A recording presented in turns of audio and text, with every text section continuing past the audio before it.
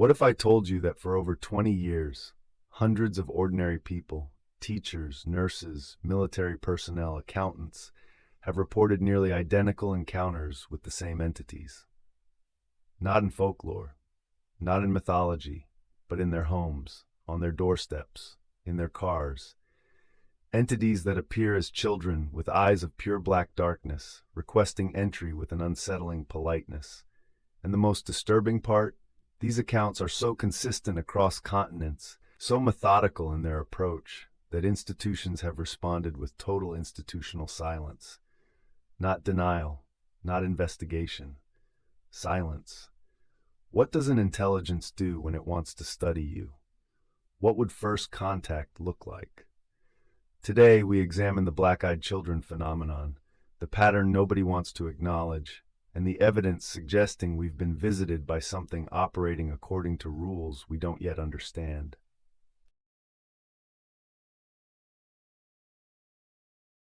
The earliest documented black-eyed children encounters date back to the 1960s, scattered across North America, isolated incidents that might easily have been forgotten, misremembered, or dismissed as psychological aberrations.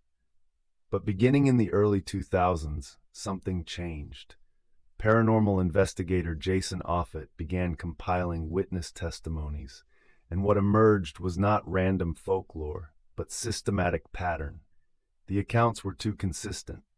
A woman in Texas in 2007 described pale-skinned children with entirely black eyes requesting entry to her home. Weeks later, nearly identical reports emerged from Oklahoma, then Missouri, then spreading eastward.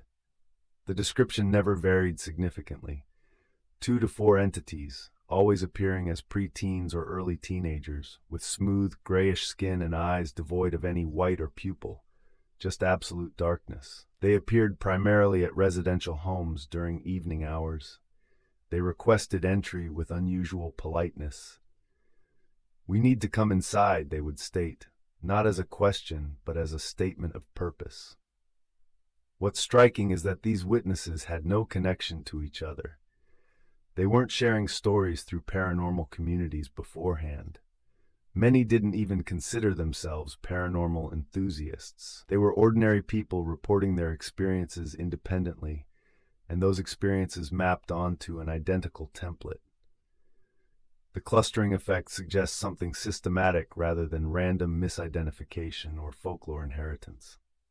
Between 2007 and 2009, paranormal research networks documented approximately 247 reported encounters in North America alone. That's not folklore amplification. That's something establishing contact methodically, testing boundaries, refining. What separates the black-eyed children phenomenon from typical paranormal folklore is the behavioral consistency. These aren't random apparitions. They don't attack. They don't manifest according to emotional disturbance or spiritual imbalance. They follow a protocol. Nearly every documented encounter follows an identical sequence. First, the entity or entities appear at the location, always a residential property, always during evening hours between 7 p.m. and midnight. Second, they approach with unusual directness, either knocking at doors or appearing at windows, sometimes already at the property when residents notice them. Third, they make their request, permission to enter. This is crucial. They do not attempt to force entry. They do not bypass locks or manipulate doors. They request permission verbally. When refused, they typically accept the refusal, at least initially, but persist in requesting, sometimes for hours. Their voice is described as monotone, emotionless, hypnotic. Witnesses consistently report psychological compulsion, an overwhelming urge to open the door, to let them in, despite conscious resistance and mounting dread. One documented account from a military intelligence officer in Virginia describes standing at his locked front door for 4 hours while 2 entities repeated the same request. "We need to come in. Let us come in." He reported overwhelming compulsion to unlock the door, accompanied by physical symptoms, nausea, trembling, disorientation. When he finally managed to walk away and call local police, the entities disappeared. This behavioral pattern suggests intelligence operating according to rules, perhaps rules of permission, compliance, or biological-psychological interaction that we don't understand. An entity that respects boundaries but tests them systematically. That's not folklore. That's methodology. Here's the question that should haunt any investigator. In an era of ubiquitous smartphones, doorbell cameras, and constant digital surveillance, where is the clear photograph? Where is the video evidence? We have thousands of Bigfoot photographs ranging from grainy to moderately clear. We have documented UFO footage from military pilots. We have ghost photographs dating back to the 1800s. But not a single clear image of a black-eyed child exists in any public database. And yet the encounters continue. This absence of evidence in conventional forensic thinking indicates absence of phenomenon. But consider an alternative interpretation. What if the absence is intentional? What if the phenomenon operates according to technological interference? Witness accounts consistently document electronic malfunctions during encounters. Smartphones that suddenly died with full batteries. Cameras that refused to focus. Security systems that cycled offline exactly during the encounter window. One paranormal researcher documented uploading video evidence to 3 separate secure servers simultaneously. All 3 files corrupted within hours. Another investigator reported that photographs taken immediately before an encounter appeared normally in the device, but became corrupted upon review the following day. The pattern suggests either entities possess electromagnetic interference capabilities, or they manipulate perceptual reality at a technological interface level, or documentation attempts trigger active suppression mechanisms. The institutional silence on this point is telling. Law enforcement doesn't investigate reports they believe to be psychological. They would investigate criminal trespassing, harassment, or surveillance. The fact that no investigation was initiated despite hundreds of documented accounts suggests either authorities consider all reports unworthy of investigation, or they've been directed to avoid documentation of this phenomenon entirely. If we approach this phenomenon without institutional bias, asking not is this real, but what would this behavior indicate if it were real, a disturbing picture emerges. The black-eyed children encounters, taken collectively, suggest the behavioral pattern of contact. Methodical, non-hostile, boundary-respecting but persistent, designed to establish compliance and test psychological vulnerabilities.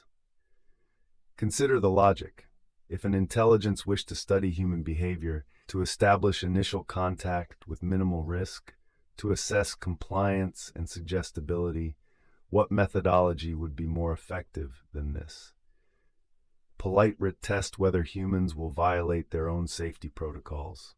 Psychological pressure that measures resistance and breaking point. Persistent contact that establishes pattern and expectation. The entities never attack. They never force entry. They never escalate beyond psychological pressure. This suggests either they cannot operate outside voluntary permission parameters, or they're deliberately operating within constraint frameworks, testing boundaries without crossing them. The permission requirement itself is the most telling element. Why would entities request permission if they possessed superior physical capabilities?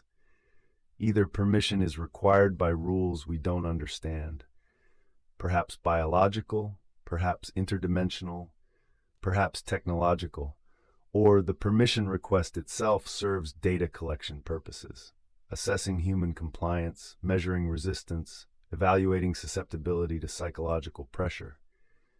The geographic escalation pattern adds another layer. Early isolated incidents, then clustering in specific regions, then expansion. This mirrors contact patterns observed in cultural anthropology when one group encounters another. The initial approach, assessment of response, calibration of methodology, then expansion of contact radius. The evidence suggests we're observing not a paranormal phenomenon, but a contact scenario unfolding according to an external intelligence's timeline and methodology. And the institutional response, silence, dismissal, active suppression of documentation, indicates authorities either recognize this and are preventing public awareness, or they recognize. The black-eyed children phenomenon represents a textbook case of modern folklore amplification through digital networks, not genuine, anomalous evidence. Several critical methodological failures undermine any credibility. First, the absence of falsifiability. Claims about entities that somehow prevent photographic evidence while leaving no physical traces cannot be scientifically examined.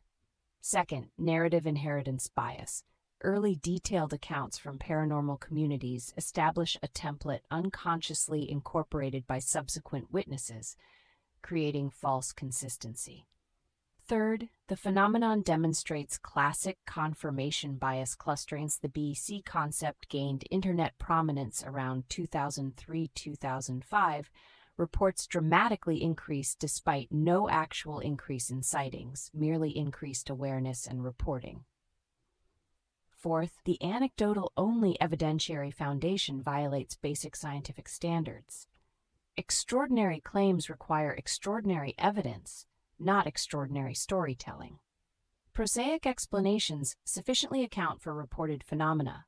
Sleep paralysis-induced hypnagogic hallucinations produce precisely the described beings, dark amorphous entities, compulsion sensations, physiological dread. Misidentified individuals with medical conditions like aniridia, absence of iris pigment, appear to have entirely black eyes. The institutional silence argument commits a logical fallacy. Absence of official investigation doesn't indicate suppression, but rather rational allocation of law enforcement resources toward documentable crimes. Finally, the permission requirement narrative perfectly mirrors folklore patterns observed in vampire mythology and spectral entities, suggesting cultural transmission rather than genuine behavioral observation. Occam's razor decisively favors psychological and cultural explanations over interdimensional contact theories.